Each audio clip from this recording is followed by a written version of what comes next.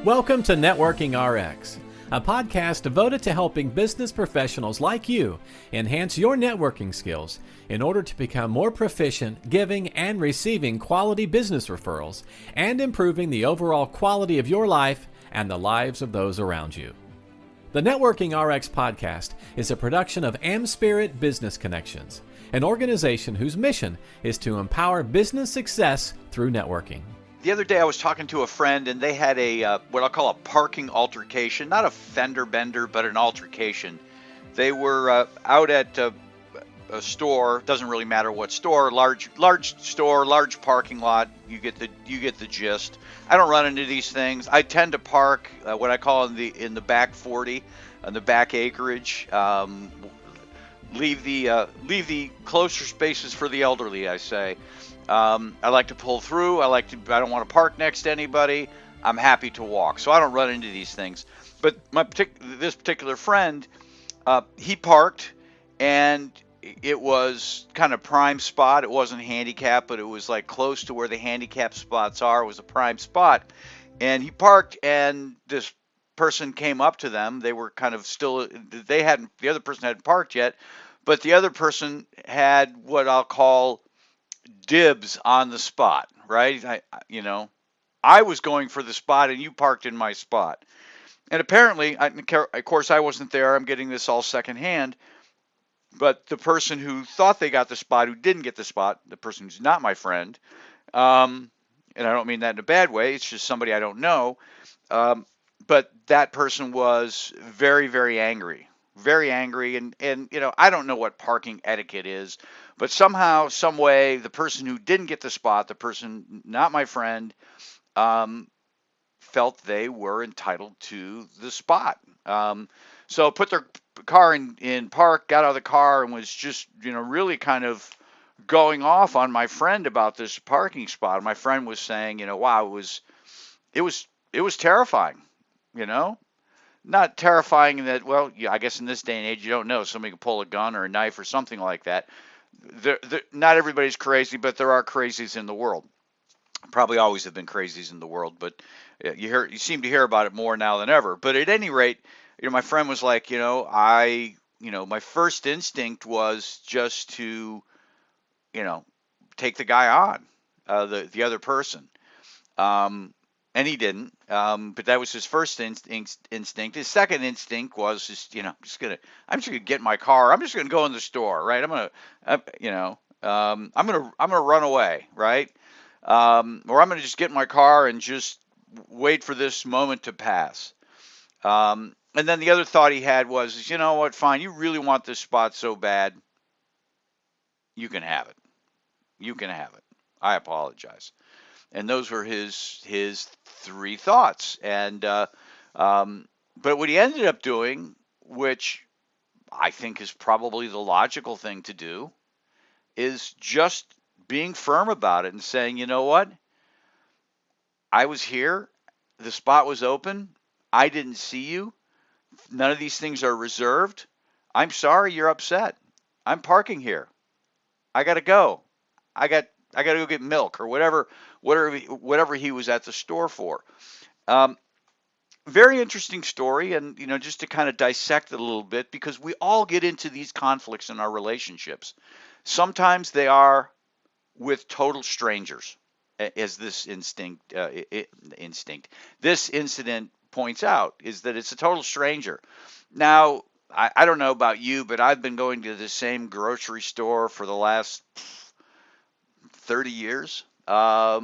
It's a force of habit. They've built other stores.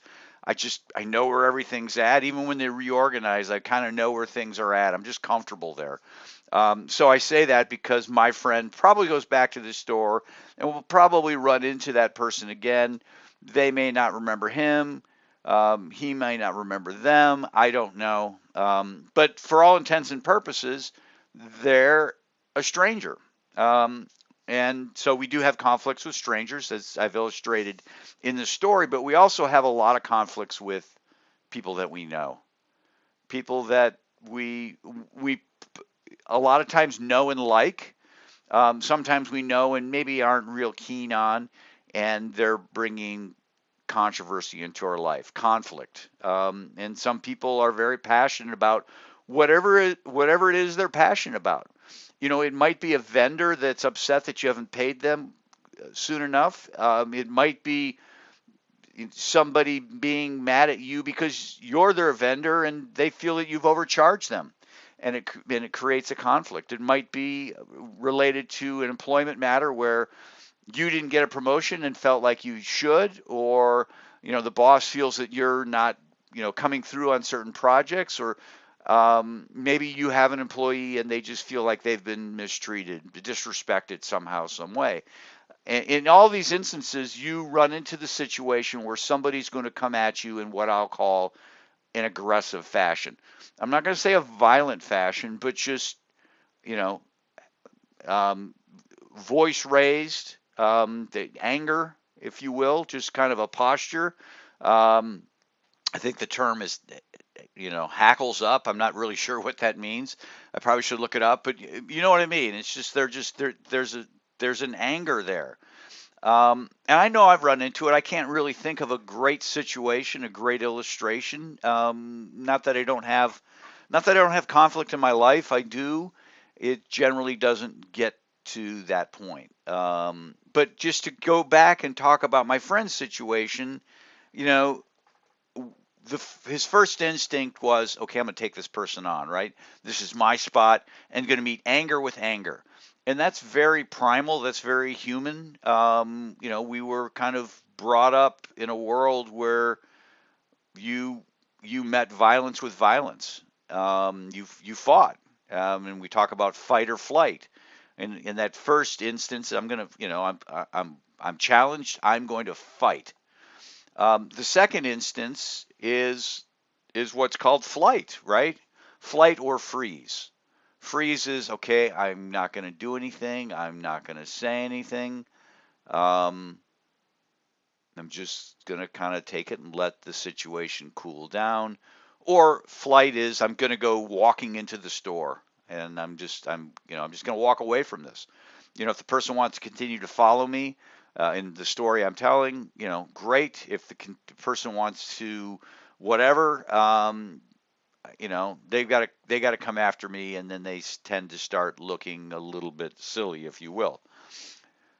So there's fight and then there's flight, and we're very familiar with those two modes, right? Fight or flight. We talk about that. The third is the flirtation, right? Or the fawning, I think they call it. Okay, you can have the spot. Yeah, I'm sorry, you can have the spot. I didn't see you, my bad. Go ahead and take the spot.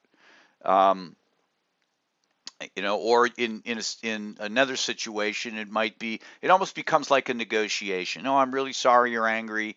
You didn't get enough raise. What if we do this and give you a little more, not as much as you maybe want, because I can't go that high, but I'll give you a little more to try and satisfy you. Or we counted your vacation days wrong. There was a misunderstanding, what, and so it's not really fighting and it's not flighting, but it's kind of just that middle ground where it's like, let's make peace, let's negotiate, let's have a treaty here, let's not be mad at each other, and sometimes that's the way to go, right? It depends upon the situation. It depends. Every one of these situations depend on themselves. I mean, if you're in your house and somebody comes at you in your house, yeah, you're probably going to fight, right? You know, um, you're not going to flee your own house. Yeah, I guess you could freeze, you could lock the door, leave them out. That's all. Call the police. That's probably the prudent thing to do. Um, but there are, there's endless number of scenarios here, right? But in a business sense, it's like, sometimes it's, fighting doesn't make sense. Freezing, freezing or running away from the situation doesn't really fix it either. And so sometimes the third thing, just the flirtatious or the fawning, let's work this thing out. We see each other every day. Otherwise you're a good employee, or you're a good boss, or you're a good vendor, you're a good client. Let's just figure this out. There's some sort of middle ground here. There's some sort of misunderstanding. Let's just sort of figure this out. And that's totally plausible as a way of resolving that particular conflict. But the fourth thing, which my friend did, which, and again, it arguably any one of these is correct depending upon the situation. But here, my friend just was firm. You know what? I got the spot. These things aren't reserved. And in a lot of senses, that's probably the way to go. Certainly in the parking sense, yeah, you can give up the spot, but then I don't know. I mean, it's, you kind of give up your power in that situation, but in a business sense, it could be the same thing. It's sometimes when again, fighting's not good, freezing flighting's not good, and sometimes that flirtatious fawning is not good either, because you create a situation where people start to realize that, okay, I can get my way. I just need to. You kind of condition people that they can raise their voice, they can do something, and they're going to get their way. And what you need to do in those situations is just be firm about things. You know what? I gave you the raise I gave you. We spent a lot of time looking it over. I'm not being unfair to you. It might not be equal to other people, but I'm not being unfair to you. And it is what it is. And you always don't want to lose you as an employee, but you know what? We have a business to run here, and every business has its parameters, and that's just the way it's going to be. I hate to use this term, but take it or leave it. But it's just kind of standing your ground, not being aggressive about it, but just saying, I have a right. I have a right to the position I've taken. We have an agreement. We have an agreement that I was going to sell you these things at this price, and I'm giving these to you at this price. Or my hourly rate is this, and you're going to pay me my hourly rate. And here, I've documented my hours. You might not be happy about it. I get it. But that's my hourly rate, and those are the hours. Or that's the price. Or whatever the situation is, it's just holding your ground and just saying, you know what? You're not happy about it, and I can appreciate that. But you know what? I'm not going to give in. Because we've already agreed upon that.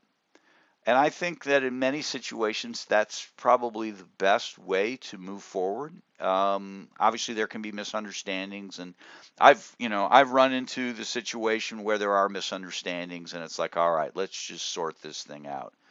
But I've also been in situations where it's like, you know what, we had an agreement, and I've lived up to my end of the agreement. Are you going to live up to your end of the agreement? Because that's what I'm asking here. And if you're not, then we have a whole nother conversation we're going to have, because I want to back off on the agreement that I'm being held to, if you will. So think about the next conflict you're in. Largely in this day and time, it really has to deal with, we're not fighting, we're not flighting. So, are you going to flirt, fawn, or are you just going to be firm in your position? And you just need to know you realistically have one of those two options. Take a look at it and make your best choice. But know you have to live with that option going forward. Whatever you select, you make a decision. You've got to go forward with it, and you got to be able to justify that. Thanks for joining us on the Networking RX podcast. Please put what you've learned into action today, and let us know if you have questions, comments, or ideas for future topics. You can email them to us at podcast@amspirit.com. That's AmSpirit.com. Finally, so you never miss an episode, be sure to subscribe to the Networking RX podcast through iTunes, Overcast, or however you receive your podcasts. Now get out and network with someone.